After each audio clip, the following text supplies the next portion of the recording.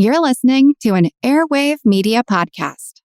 Ben Franklin's World is a production of the Omohundro Institute and is sponsored by the Colonial Williamsburg Foundation.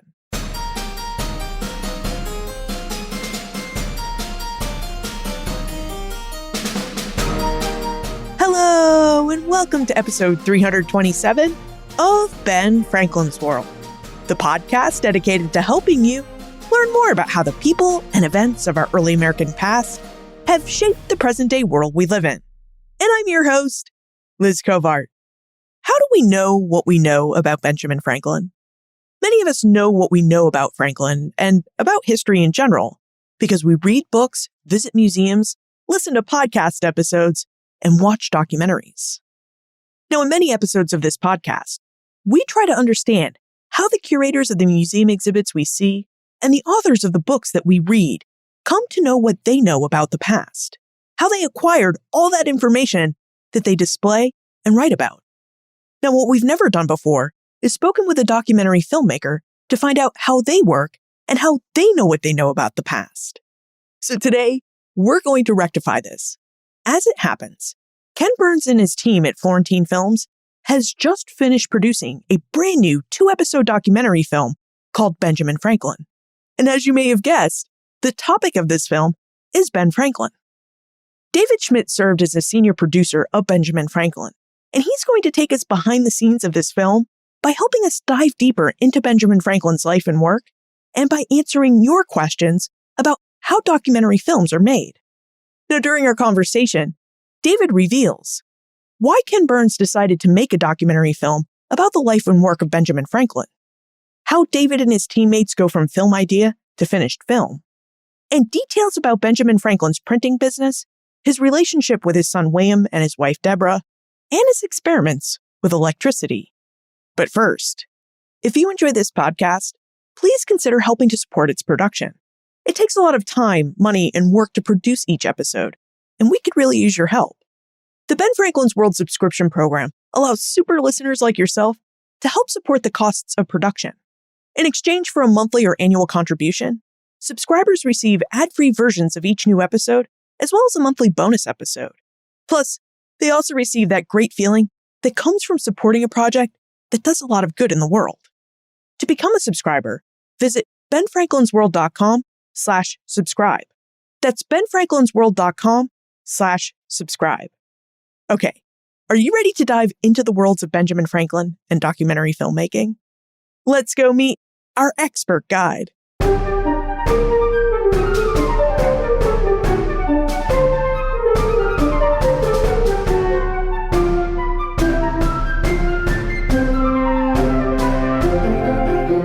Our guest is a senior producer at Florentine Films.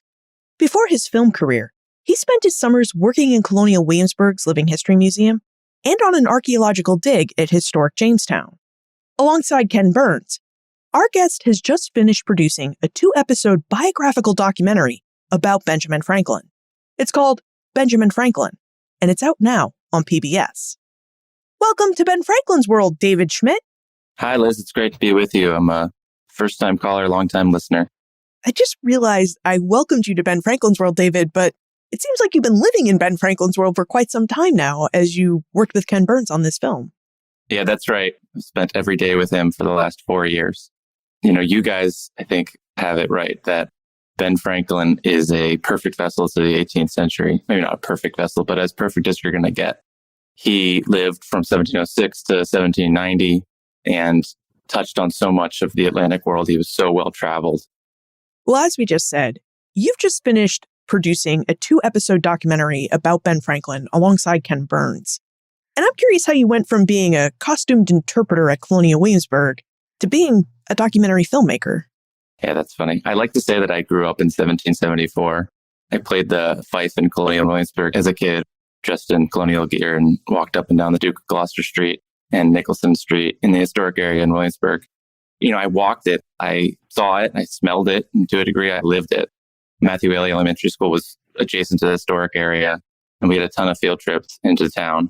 And the Virginia Peninsula, I mean, so much happened in early America on this same little peninsula in Virginia. 1607 is Jamestown, 1619 at Old Point Comfort in Hampton as the first enslaved peoples in the United States and what becomes the United States in British America. And 1775 is Dunmore's Proclamation, 1781, Yorktown, 1862, there's a whole Peninsular Campaign. So there's just so much all around you that you're living every day. And there's nowhere like the Virginia Peninsula. So much happened there. I caught the history bug young, and I don't think I'll ever shake it. So I took that history bug with me, majored in history at Dartmouth College, and took 3 classes with a frequent guest of yours, Colin Calloway, and just kept at it with the history. It's an obsession.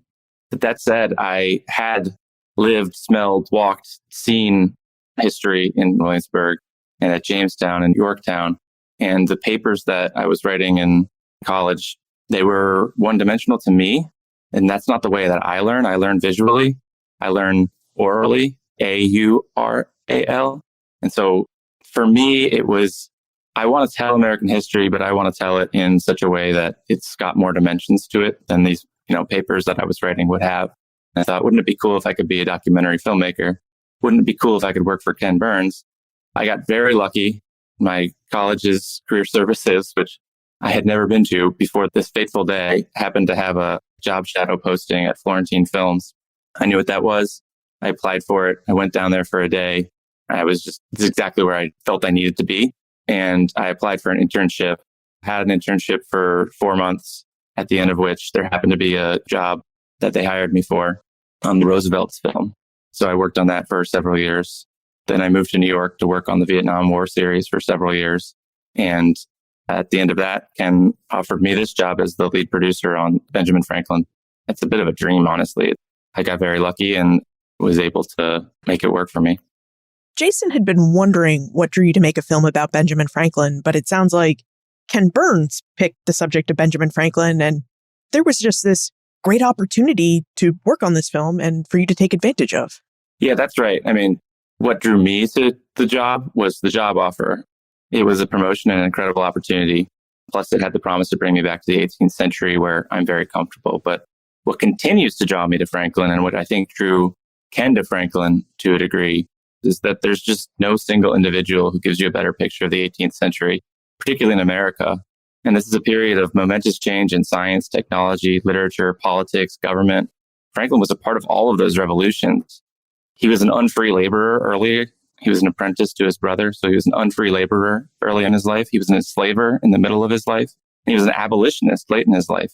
And so you take those windows into early America laboring classes, and you can see the slow struggle to end slavery on these shores that wasn't close to being finished by the time he died. He's an empire man committed to the British Empire in America. He invested in Indian lands and promoted their dispossession. He was also a diplomat, first tasked with representing Pennsylvania and negotiating with native nations, Haudenosaunee, Wyandot, Shawnee, Delaware, Miami, etc. Then he represented various colonies in London before the war broke out. When it did break out, he was the U.S.'s representative to the court of King Louis XVI, where he succeeded in bringing the French monarchy into a war on the side of a Republican revolution an ocean away. It's just an incredible story. And on top of that, he's 70 when he signs the Declaration of Independence. So if you understand Franklin, you have 7 full decades of backstory about America before the United States. And then he has as big a role as anyone in the last 15 years of his life in creating the American Republic, whether that's in Congress, as an ambassador to France, or at the Constitutional Convention.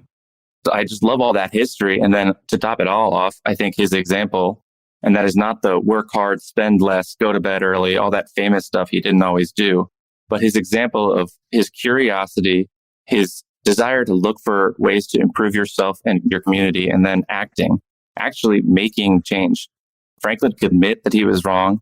He could listen. He could compromise, which is not always good. Sometimes you're compromising your principles, not just trying to meet and find common ground. And he was also open to changing his mind. And that, I think, is always good. Benjamin Franklin believed in useful knowledge, and he promoted that. And I just think that knowing Benjamin Franklin's story is very useful. I do too. And you've certainly hit on all the points as to why this podcast is named Ben Franklin's World. I mean, Franklin was just curious about everything and anything. And there really isn't a topic about early American history that we can't cover on this show, because Franklin would have had an interest in it, or he would have had a hand in it. And like you, I think that one of Franklin's most impressive features is that he wasn't afraid to admit when he was wrong and change his mind. As you said, we can see this with his views on slavery in particular. He went from an enslaver to someone who advocated for abolitionism. So that's, of course, someone changing their mind. That's absolutely right. I think that for so long, for so many different generations of Americans, he has not always been known as who he was, but who somebody wanted him to represent. And I think that that's in many ways a product of the fact that he's touched on so many things and often said conflicting things about certain issues. As I mentioned, he was an enslaver and later an abolitionist. He had some horribly racist things to say in his 1751 writing, Observations Concerning the Increase of Mankind, which I think was first published in 1754, that the last two paragraphs are, I think he uses the term superior beings to refer to white people. It's got a white supremacist conclusion to it. That could be used by the wrong people to promote the wrong message. That was offensive in its time. He removed it from later publications. He also later in life wrote a full-throated endorsement of immigration to this country and had all sorts of different things to say about different subjects. So I think that he can become a vessel for each generation to say, oh, he's the champion of capitalism. Let's pull ourselves up by the bootstraps. Ben Franklin did it. Or in the early 19th century, that generation didn't focus too much on him because he was irreligious. So I just think that there's so much to him that what was important for us was to not say, he's this, yeah, but he's this, or so what, he's this. It was go on. He's this, yep. He's this, yep. He's this, yep. And we can just keep piling on. And we have 4 hours with him to represent him to a public television audience. PBS, there's much more to him than 4 hours on PBS. I promise you. We have a lot more time, both run time to produce this and air time to put him in front of an audience than other people get. And we are so fortunate for that because he can't be distilled to 140 characters. He is a lot, and he is all of those things. He's not just any one thing, and you can't pin him to it. As you so aptly said, Ben Franklin is a lot. And Stessa wonders if you started your research in filmmaking with any assumptions about Franklin and whether those assumptions changed or were challenged as you continued to research and produce your film, Benjamin Franklin. You try to go into the job not assuming too much, but of course, this is a character that we've known, all of us who went to grade school in the United States knew something of him. So I'll just, to answer Stessa, the first thing is I didn't know that he had enslaved people. I didn't also know that he sold ads for runaways and for the sale of enslaved people. I feel like I should have known that. For somebody who's so invested in the economy of the 18th century and in Philadelphia, which before the revolution was a city with slavery, I should have known that. I should have expected it, but I didn't. So I was a little bit surprised by that. But, that didn't challenge the research or the production to know that. I also didn't know about his son, William, the royal governor of New Jersey, who was the arch loyalist, arch enemy of the so-called patriots. Just before the revolution began, Benjamin Franklin was in London representing 4 colonies before Parliament and before the king, and his son, William, was representing the king as the royal governor of New Jersey. They end up, when Benjamin Franklin comes home, on complete opposite sides of the American Revolution and become a really good place to look for how intimate that war was, how much a civil war that was, how it was families against family. And it literally was brother against brother, in this case, father against son. I didn't know about William. I didn't know that he had been imprisoned by the United States for his loyalties to the king. I didn't understand that after he was released from his imprisonment, he joined terrorist activities in New York, Connecticut, New Jersey, that he and his father never reconciled after the war, and that William would live out his days as an American exile in England. And I guess what was challenging there wasn't so much the history of it, but kind of understanding he had motivation to be a loyalist. I should have known that too. And the more I spend in the 18th century and with the American Revolution, that's just a perfectly reasonable, maybe not the terrorist part of it, but choosing to stay loyal to the person who promoted you to this job when somewhere between 20 to 35% of the American population would be loyal. It's his father who changed, if you think about it. And then the last one I'll say about this, I don't know that I came in with the assumption that Benjamin Franklin was a self-made man, but I know that a lot of people do. I think that he's kind of, if there is such a thing as a self-made man, he's the avatar for it. But he's not a self-made man, I don't think, depending on what your definition of it is, because he did not do it all himself. He had an apprenticeship with his brother. His family was supportive. They taught him to read. Couldn't have done anything without that. He worked in a print shop with apprentices and journeymen and probably enslaved people. His household was managed by his wife, and also a lot of the activities of the house were undertaken by enslaved people too. So he could turn his attention to stuff that other people might not have had to worry about, and that opened doors for him. And surely he worked very, very, very hard. I don't know who in the world is capable of all of the things that he did, but he did not do it alone. And so I just do not believe that he is a self-made man. And that is something that we wrestled with as we went through. You mentioned Franklin's relationship with his son, William. And I think the most surprising aspect of Benjamin Franklin's life, at least for me, is that William and Benjamin were so incredibly close before the revolution opened up this rift between them. And there's just no happy ending to this story. You know, Benjamin Franklin never reconciled with William, even after William asked for reconciliation. But it was clear that Franklin didn't want to when Benjamin met William for the last time as Franklin sailed home from France. Franklin, rather than trying to reach out to William, he was actually really cold to William. It was clear he did not want to reconcile. And for everything that Ben Franklin did throughout his life, this is the act that really surprised me. Yeah, they had been incredibly close. The story of William Franklin is just a fascinating one. He was born to a woman who will never be identified. We don't know who his mother is. We know that Benjamin Franklin took him in around 1730, and so did Benjamin's wife, Deborah, who was not William's mother.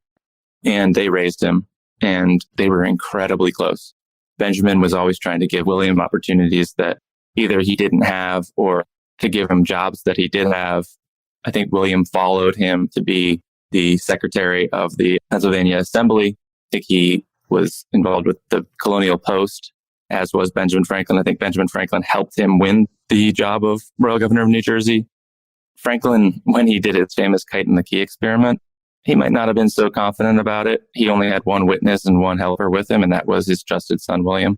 They were incredibly close. They crossed the ocean together on their way to London in 1757. And, they just were as intimate as could be. William Strachan, their mutual friend, said that they were basically brothers and intimate companions. But they completely ruptured over the American Revolution. I think Franklin was jealous in the 18th century version of the word, which is protective of what is yours when it came to his family. He felt that William had betrayed him, that his duty, as he wrote in a letter late in his life to William, that natural duties precede political ones. And he took it as a betrayal. I feel like I can understand both sides of this story in a way that Benjamin Franklin was so good at seeing both sides of so many other things, but he didn't want to see both sides of this one. So he effectively wrote his son out, and it's a sad story. Turning back now to documentary filmmaking and the process you used to create Benjamin Franklin, this 2-episode documentary we've been talking about, Shari is curious how you went from film idea, the idea that you would create a film about Benjamin Franklin and his life, to a finished film. So David, what is your process for creating a documentary film? It's a great question. We start by learning the story from scratch. You just start reading and listening, and you can try Ben Franklin's world for that, and walking the ground that someone like Franklin did as much as you can. So we can go to some of the buildings that we know he was in. Independence Hall in Philadelphia, William Franklin's governor's mansion in Perth Amboy, New Jersey, the conference house in Staten Island, where he and John Adams met with Richard Howe in 1776. You can go to places that we know he went, Williamsburg, Virginia, to Boston. You can walk the ground that he did and try to understand where he was. And you can dig through his writings. You can look at his possessions. You can see things he touched, his chess set, for instance, things he printed and wrote and edited.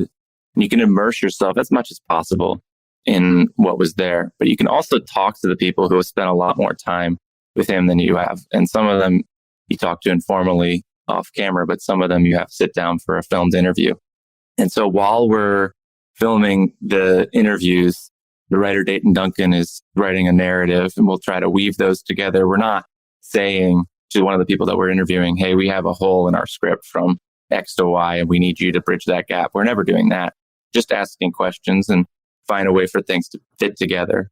And while that's all happening, we're also going out and filming at some of those locations I mentioned, or places that look like places that Franklin had been, and pulling in as much archival visual material as we can, which is often his manuscripts or things that he printed that you can see, or some of the portraits that were made of him, but any number of other things as well. And you just have all this reservoirs of information of the interviews and the selected interviews, the script that's filled with narration, as well as voices that we will have actors read at a later date. And the first thing we do is we piece all that together. And the first version of it was 8 hours, over 8 hours. And we needed to get it down to 4. Before we start cutting picture to it, we just play it. And it's just a radio show. And we can hear where things aren't working or where things are redundant and just start winnowing it down as we go. And then after that, we add picture, we add music, and slowly but surely the pot boils and you get to 4 hours. When we create narrative episodes for this podcast, we actually use a really similar process to you. We conduct our research, we identify potential guest experts, we create an outline for the story that we think we can tell based on the information that we collected.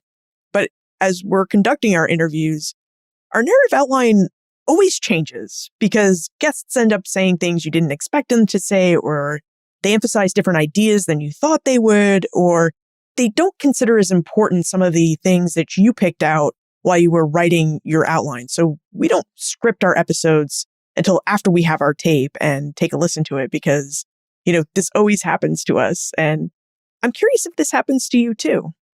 Oh, sure. I think that you kind of have to be an optimist about it and just expect that there'll be some happy accidents along the way. And, maybe something you spent an awful lot of time or resources on turns out isn't going to work for the story that you're trying to tell.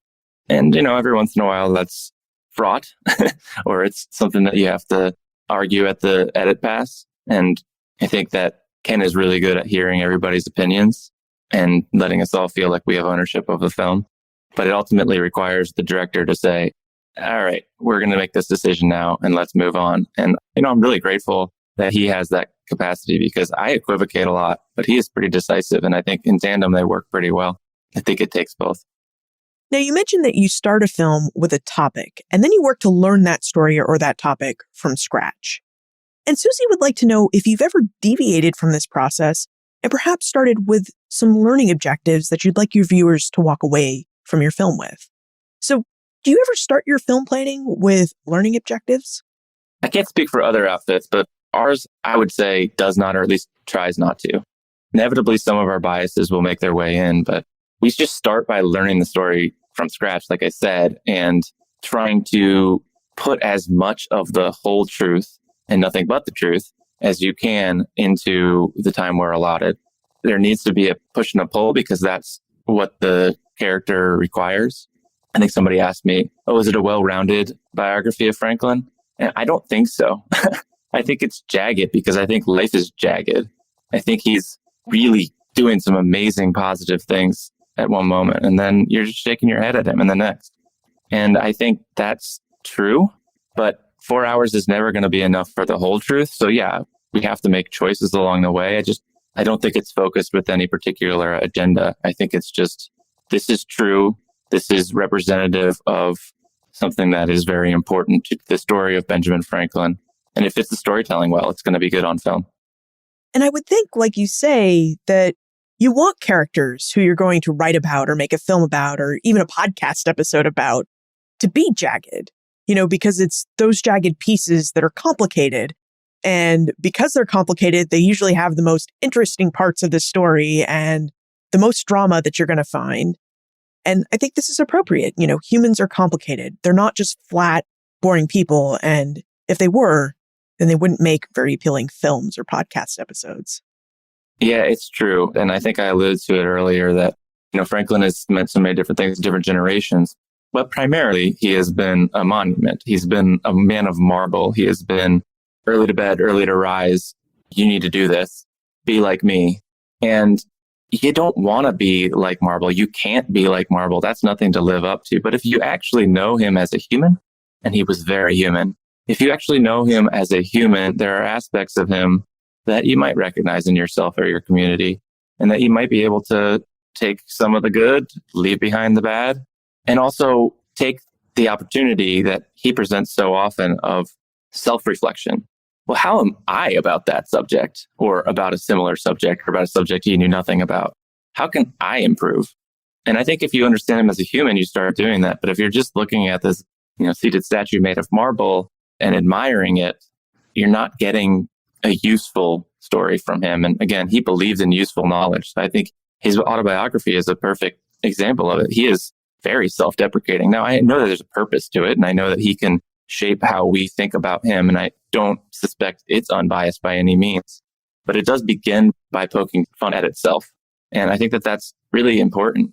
As much as Benjamin Franklin talked about perfection, he knew he wasn't, and you can't learn from something perfect.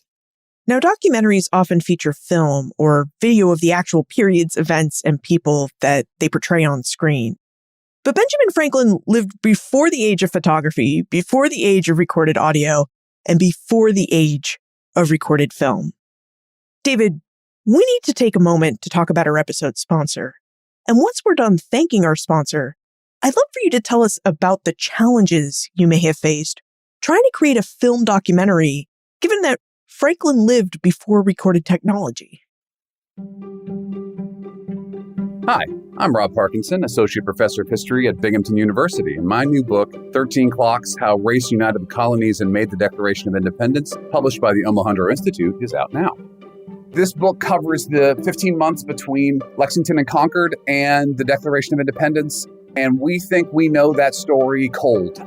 Especially in 1776, it is a straight march from Thomas Paine and common sense through Thomas Jefferson denouncing the king in the Declaration of Independence. What I have found is we have forgotten so much of what happens in those 15 months, and especially about the presence of African Americans and Native Americans in that story, and then worries and opportunities about how we can exploit these fears and use that as a basis for this extremely fragile thing of unity.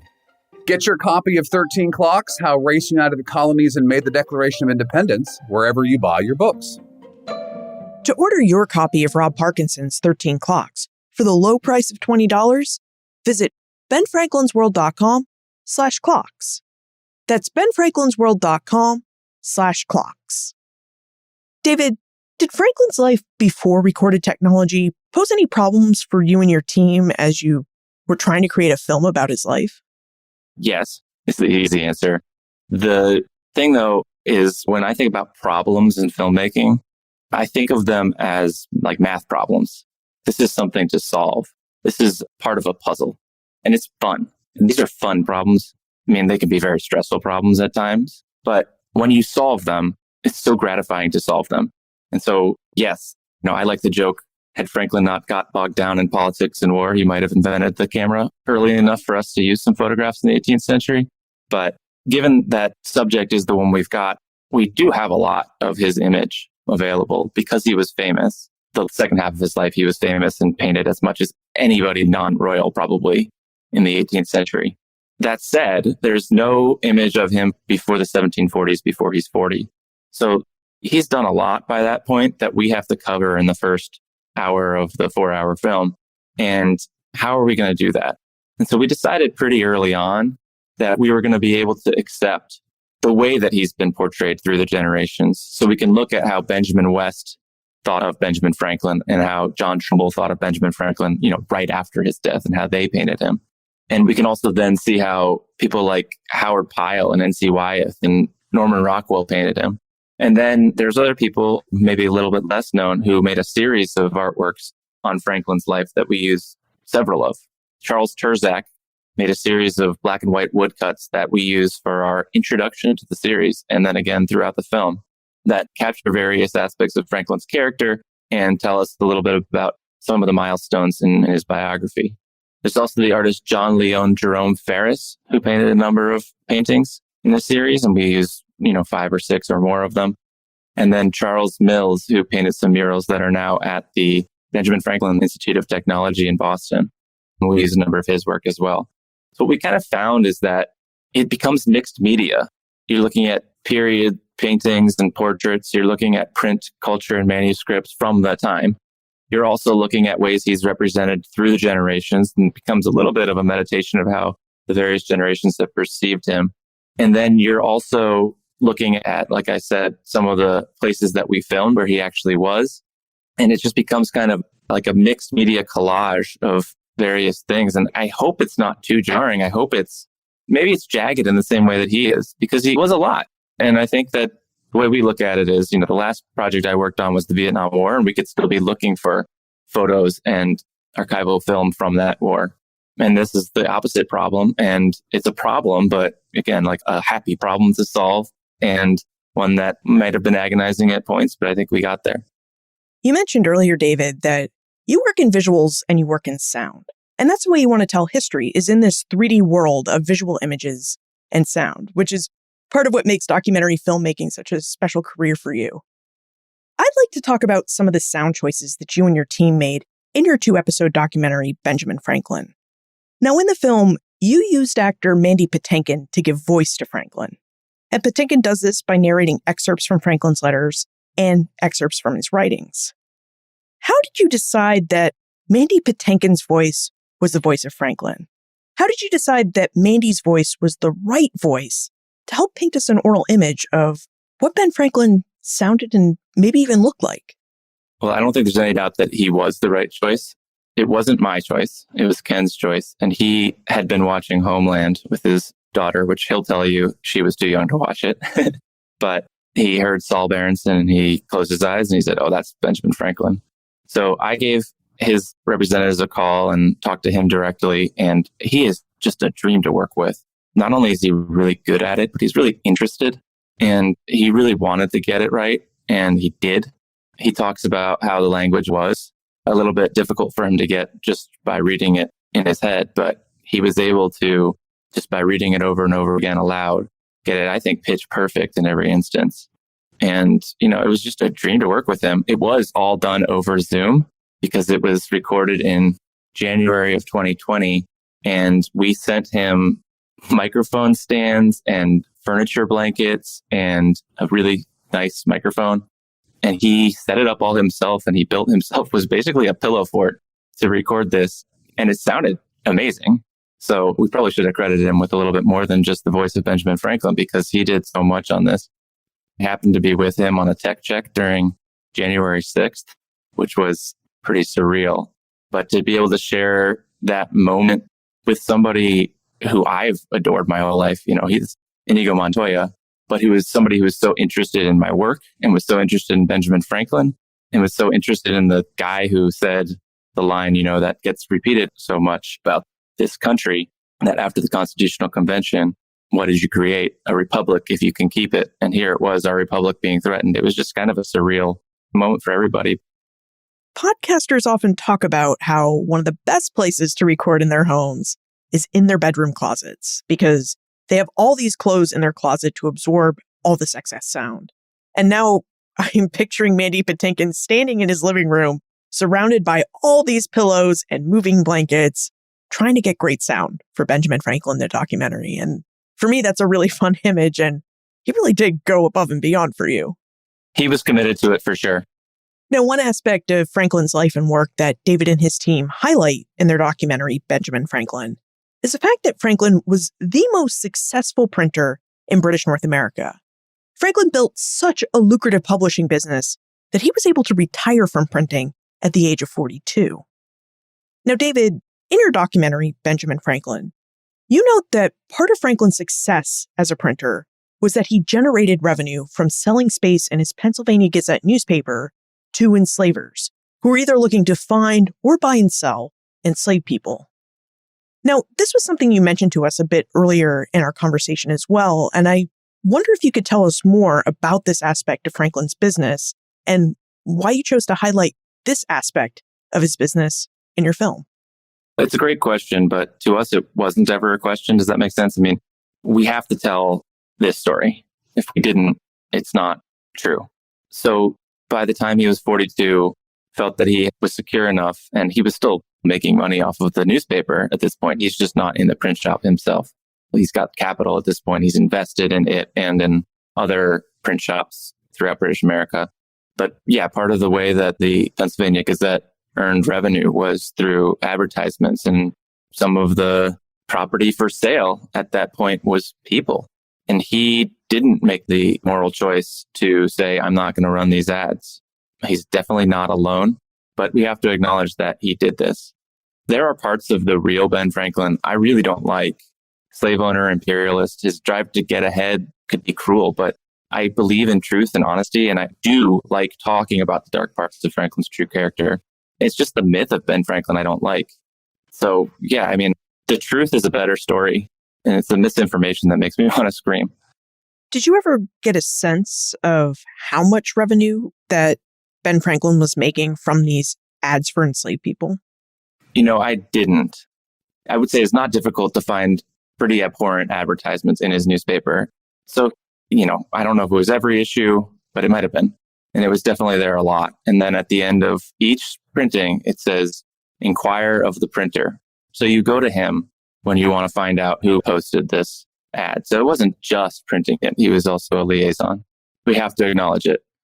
Historians of early American print media and gender often note how women worked alongside successful printers and tradesmen like Benjamin Franklin. And Benjamin Franklin, the documentary, works to further this evidence-based claim by highlighting the work of Deborah Reed Franklin as both Franklin's wife and really as his business partner. David, you brought up Deborah Reed Franklin earlier and said she was integral to Ben Franklin's printing business. Would you tell us more about Deborah and her contributions to Franklin's work? Yeah. So they never actually legally married, and this wasn't all that uncommon in Philadelphia at the time. She had had a previous husband who disappeared, and if he turned up alive, she would have been subject to prison and corporal punishment, the Pennsylvania bigamy laws at the time. So they just decided, let's just have a common law marriage. But that began in September 1730, and for the rest of her life, they lived as a married couple, though sometimes apart. And he called her a helpmeet, is the word he used. I don't know if she was in the print shop itself, but she was definitely in the store, the general store that they operated. I think she managed the books of the print shop, perhaps, and, managed the house and all of that. He was new to Philadelphia. He was born in Boston. He didn't get to Philadelphia until 1723, and then he left for a year and a half for London. He gets back, I think, in 1726, and he starts to establish himself as a young printer there. But she came from a relatively prominent family and went to the church, Christ Church, and had a lot of connections that really did help his career, in addition to all the work that she did around the house and around the shop. But what she did more than anything is that when he left, and he left often, beginning in the 1750s, when he left for 5 years, beginning in 1757, she was managing all of the businesses back home. And he could not have kept up his life in Philadelphia without her.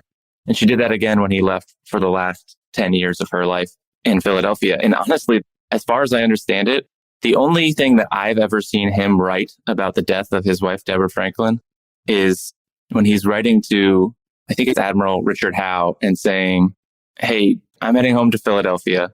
I'm not heading home to be a part of this brewing revolution. I'm heading home because my wife died and I need to take care of all the things that she was taking care of. It's necessary for me to return now. So she was the bridge for him to Philadelphia.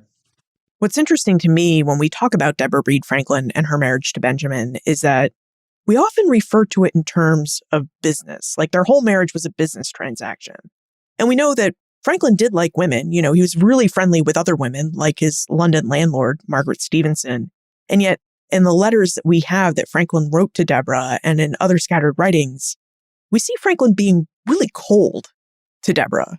So, at least for me, his match with Deborah really does carry a bit of mystery because I'm not sure we have enough evidence to really see inside their relationship. Yeah, I don't know what it is. He's also rude to his daughter, Sally Franklin Page. He's obviously willing to sever ties completely with his son, William. I don't know if it's a mark of how much he cared for them that he was rude for them, or what it was, or if it was something else entirely, something more about the role of a paterfamilias in the 18th century. But he could be cold. I think that they had a relationship and it was understood she didn't want to cross the ocean to go with him to London. And so they decided that they were going to do it this way, but it was distant, at least geographically, if nothing else. While Ben Franklin was an accomplished businessman at home, what really made Franklin the international celebrity he became long before the American Revolution was Franklin's experiments with electricity. David, would you tell us more about Franklin's interest in electricity and about his many experiments with it? And why were these experiments the thing that made Franklin internationally famous? Yeah. So Franklin first saw a demonstration of electricity in, I think, the 1740s. And it was almost a parlor trick. It was, hey, look at this spark. Isn't that cool? Hey, look how this can make these balls bounce back and forth between the L's and make a sound. And we don't really understand it, but this thing is pretty cool, isn't it? Look at it. And, they didn't have movies, so that's their entertainment. And it's pretty cool. It's still pretty cool if you go to a science museum and see it now. So, he just sees it. And I think he understands that anything he's interested in, he wants to know if there's a practical application for it. So he orders from a contact in London some electrical apparatuses and just gets to work experimenting with some of his friends. And I think that his experience as a writer and as an editor really contributed to this because A, he was just able to devour any of the literature that there was about it, and he had connections to be able to get all of that. And then B, he knew how to write in a way that was interesting and easy to understand. He takes this electrical mystery and begins applying a vocabulary to it that is easily to understand. He gives us the word battery, which he compared a collection of Leyden jars to a collection of cannon on a battlefield. That is called a battery. So this is going to be called a battery. These are words that are in circulation in other contexts, but he took the word positive, he took the word negative and brought them to the field of electricity. Conductor, charge, even the word electrician. And I think that I understand electricity far better than I do, say thermodynamics or something else, because Benjamin Franklin is the one who gave us the vocabulary. And he knew by this point, because poor Richard was selling like gangbusters, you got to meet your audience with your prose. You got to meet your audience with your words. And he had read Newton, who wrote in Latin. And this is easier. So I think that was part of what made him popular, was just how easy he was language. But I think on top of that, he really made some fundamental contributions to the understanding of what electricity was and what it could be and how we could use it. So first, he wrote a bunch of letters back to his correspondent in London. His name is Peter Collinson. And Franklin didn't know at first, but Collinson made plans to have those letters published. They were published as Observations and Experiments in Electricity performed at Philadelphia. And this was translated into French and Italian and other languages and just read widely throughout Europe. And among the things that he posited in that work was that lightning was electricity, that they were one and the same. He proposed a way to test that hypothesis that required tall buildings that America did not have. So people in France actually conducted the experiments first. But before he got news of the successful proving that electricity and lightning were one and the same, or that lightning carried electrical properties, he figured out, I can do this at home with a key and a kite. And I think that just that simple realization was hugely groundbreaking. And then on top of that, he said, well, what can we do with this information? Okay, well, if electricity is drawn off by metal conductors, shouldn't lightning be able to be? And so he designed this lightning rod that attaches to a building and takes the charge of the lightning from the sky to the ground and avoiding tall structures like churches that were catching fire and killing people throughout the world. The lightning rod saves lives. And the twin things of his observations and his experiments and the invention, he was world famous for a reason, because he was saving lives throughout the world. And it was also just super interesting, and he told the story well. He won the Copley Medal in London, which is a precursor basically for the Nobel Prize. If they had it back then, he probably would have won it. I like to say that he could have won the Nobel Prize for his science. He could have won the Nobel Prize for his literature. And he probably would have won the Nobel Prize for peace for his work in France to end the American Revolution. So there really was a key and a kite. But all kidding aside, I think your example of what you've just been telling us about Franklin and his writing about electricity really shows us that Franklin was super into making knowledge useful for everyday people. He wanted to show them how electricity could be used in their everyday lives. And, be saved if they implemented a lightning rod on their house. Yeah, I think so. I mean, look, we don't have any film of the key or the kite, as you said, so I can't prove beyond a doubt, but I have no reason to doubt it. It works. The science works, and he said it happened, and it was recorded contemporaneously. So yeah, I think it really happened. And it wasn't probably quite as dangerous as it looks like in some of the depictions. He wasn't trying to get it struck by lightning, but he was just trying to prove that the sky was electrified. And it was. And it is. The Ken Burns documentary, Benjamin Franklin, is 4 hours and takes place over 2 episodes. David, 4 hours gives you a lot of time to dig into a lot of different aspects of Benjamin Franklin and his life. And since you have spent the better part of the last 4 years with Franklin, is there one aspect of his life or deeds that you would really like your viewers to walk away with? Is there something about Franklin that you really hope they better understand after watching your documentary? That's a great question. You know, there's more knowable about Franklin than probably anyone born in the British American colonies before independence. But there's so much we don't know, we can't know. And it's one of the taglines of our show. You know, he has that famous quote, his advice from Poor Richard, "Let all men know thee, but no man know thee thoroughly." You cannot know Franklin thoroughly. He didn't want you to. And I think that's just so cool. And it means that I'm not sick of him after 4 years because he just keeps coming back. And it's not just him, but there are 2 related things that I think the founding generation was really, really good about, and our generation less so. They knew their history, and they thought and talked about posterity a lot. That is, they thought generationally. And so I like to think about the past, and I like to think about the future. And when I think about the past, I think it's useful to know someone like Franklin. And ultimately, at the end of the day, as a character, I really like him. If you spend as much time with Franklin as I have, I think you're likely to admire his ability, his ingenuity, and his impact. But the thing I like best about him is how perfect a vessel he is for better understanding his century and his species and our species. A lot of the stuff he talked about is timeless. You know, as a young man, he spelled out his 13 virtues to achieve moral perfection. And humility was one of them. And anybody who is even writing about the possibility of moral perfection certainly needs to work on humility. But his best virtue is none of those 13 virtues. It was the obsession with societal and self-improvement.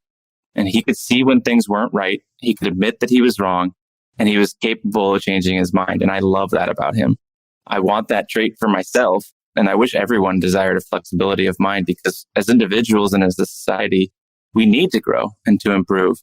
And Franklin was happy to grow, and we should be happy to grow. And now we should move into the Time Warp. This is a fun segment of the show where we ask you a hypothetical history question about what might have happened if something had occurred differently, or if someone had acted differently.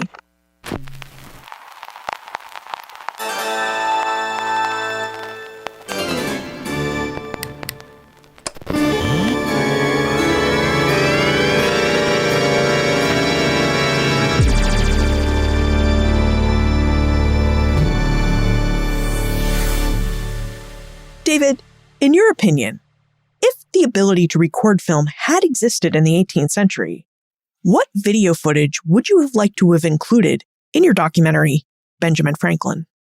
If there had been film, I mean, we'd actually know for sure what he looks like and what he looked like at various points in his life. I think we have a pretty good understanding of what he looked like in his 70s because the Grand Master Duplessis painted the definitive portraits of him while he was in France. But we don't know what he looked like when he was 20 or when he was 30. And we don't know really what his parents looked like or his wife and children. I think if we had film, we could see the different people of Philadelphia and have a better understanding of how multicultural it was and how there are people of all sorts of different walks. I mean, I think one of the assumptions I might have come into this project with was that the melting pot of North America hadn't started yet, but it had.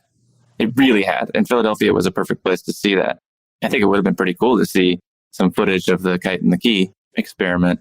And also, I think it would have been amazing if they had recorded the pivotal scene of Benjamin Franklin's life when he was berated by the British Solicitor General Alexander Wedderburn in a building called the Cockpit on the eve of the American Revolution, where he was basically personally blamed for all the insolence in Boston around the Boston Tea Party and other acts of resistance. I would love to see a close-up of his face while he listened to all of the horrible insults that were flung his way. And I would love to cut to some reaction shots of the crowd laughing as they humiliated this man who would be so pivotal to the undoing of their empire in North America. I would love to see that. I think there's all sorts of things I would like to see. I would just like to see what Boston looked like in the 18th century. I mean, you can look at it on a map, and that is hugely telling, but like the Back Bay was a bay, for instance. It just looked nothing like it did now. And obviously not. There's skyscrapers now, but even geographically, I think it would be pretty fun to see how things have changed. So there's any number of things I would love to see, but we can't. And so we make the best we can without. And that's our job. It's our challenge, and we love it. You know, I really couldn't help myself. And as you were talking about the images we might have of Ben Franklin, if photography and film had existed, I started to picture Ben Franklin in the age of selfies. I mean, imagine what his key and kite experience might have looked like if Ben and William had filmed it on their smartphones.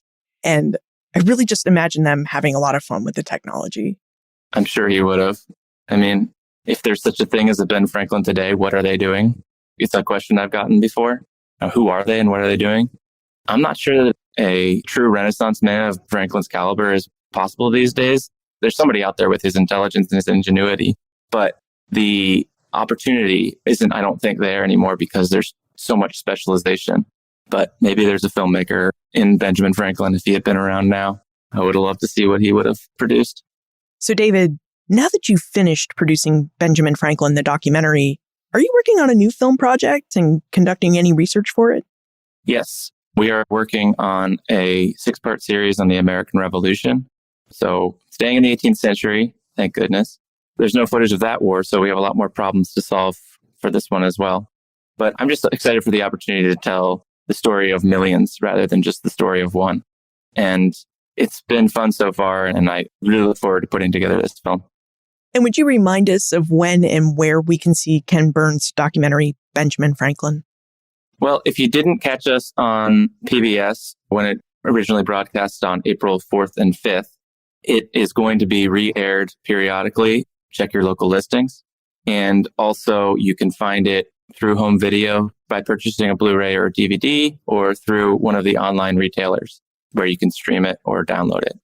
And also, if you go to PBS, you can sign up for their service, which is called PBS Passport. And for a low subscription, you can watch all of Ken's documentaries there. How about a place where we can reach you? Is there a place where we can reach you if we have more questions about documentary filmmaking or Benjamin Franklin? Well, Liz, actually, I'm about to disappear on parental leave, so I probably won't be able to respond to any questions immediately. But if you go to our website, kenburns.com, there's a link to contact us. And if you send a message there, we'll be sure to respond when we can. Well, congratulations on your paternity leave and your new baby. Thank you so much, Liz. David Schmidt, thank you for taking us further inside Ben Franklin's world and for sharing details that we can see in Ken Burns' new documentary, Benjamin Franklin. We really appreciated this behind-the-scenes tour. Thank you, Liz. It's my pleasure. As David related to us, Benjamin Franklin really is the perfect vessel through which to explore the 18th century. Not only did Franklin's life span most of the entirety of the 18th century, he was born in January 1706 and died in April 1790, but Benjamin Franklin was so curious that there's not really a subject, debate, or major event that Franklin didn't somehow comment or participate in. But what do we really know about Franklin's life and humanity? As David noted, Franklin's interest and activity in so many different spheres of early American life has really meant that each generation of Americans has looked to Franklin to model and explain the different revolutions and developments of their own time. As such, Americans have seen Franklin as a self-made man, someone who pulled themselves up by their bootstraps and made their own way in the world. They have also seen Franklin as a champion of capitalism, scientific experimentation, methods of diplomacy, and as a literary figure. Now, this is all well and good, but as David mentioned, viewing Franklin in this way as a man of our times rather than of his own time doesn't really allow us to understand who Franklin was as a man and as a human being. This is in part why Ken Burns, David, and their team at Florentine Films decided to make a documentary about Benjamin Franklin. They wanted us to see Franklin as a three-dimensional figure who had some jagged edges. Like all people, Franklin wasn't all good or all bad. He was both brilliant and complicated. And we saw this in some of the details that David spoke to us about. For example, Franklin really enjoyed people and loved his family, but he didn't always treat his family with the loving care that we might expect from him. At the same time Franklin was doting on his London landlady, Margaret Stevenson, and her daughter Polly, he was ignoring his wife Deborah and his daughter Sally. Franklin was a man who demonstrated his deep love and affection for his son William, but then disowned his only surviving son when he remained a loyalist during the American Revolution. Franklin likewise had conflicting views and actions when it came to slavery. While he doesn't seem to have been an overall fan of the institution, he was an enslaver at least into the 1760s, and he greatly benefited from the business of the slave trade when he sold ads in his newspaper for enslaved people. And yet, later in his life, Franklin became an abolitionist. So what can we say and think about Benjamin Franklin? How can we understand him? We can understand that Benjamin Franklin was human. And like all humans, Franklin was complicated. He had his flaws. And this is really what David and his colleagues want us to walk away from their film, understanding that Benjamin Franklin was a real person, not a marble statue, and he was not always someone to be revered. You'll find more information about David, his documentary Benjamin Franklin, plus notes and links for everything we talked about today on the show notes page, benfranklinsworld.com/327. Please be a good friend and tell your friends about Ben Franklin's World. This episode of Ben Franklin's World is supported by an American Rescue Plan grant to the Omohundro Institute from the National Endowment for the Humanities. Production assistance for this podcast comes from the Omohundro Institute's digital audio team: Joseph Edelman, Jessica Brabble, Martha Howard, and Holly White. Breakmaster Cylinder composed our custom theme music. This podcast is part of the Airwave Media Podcast Network. To discover and listen to their other podcasts, visit airwavemedia.com. Finally, Benjamin Franklin was a really complicated individual. I think we talked a lot about that today. Are there more aspects of Franklin's life and work that you'd like to know about? Is there another historic figure that you'd like to know more about? Let me know. Liz at benfranklinsworld.com. Ben Franklin's World is a production of the Omohundro Institute and is sponsored by the Colonial Williamsburg Foundation.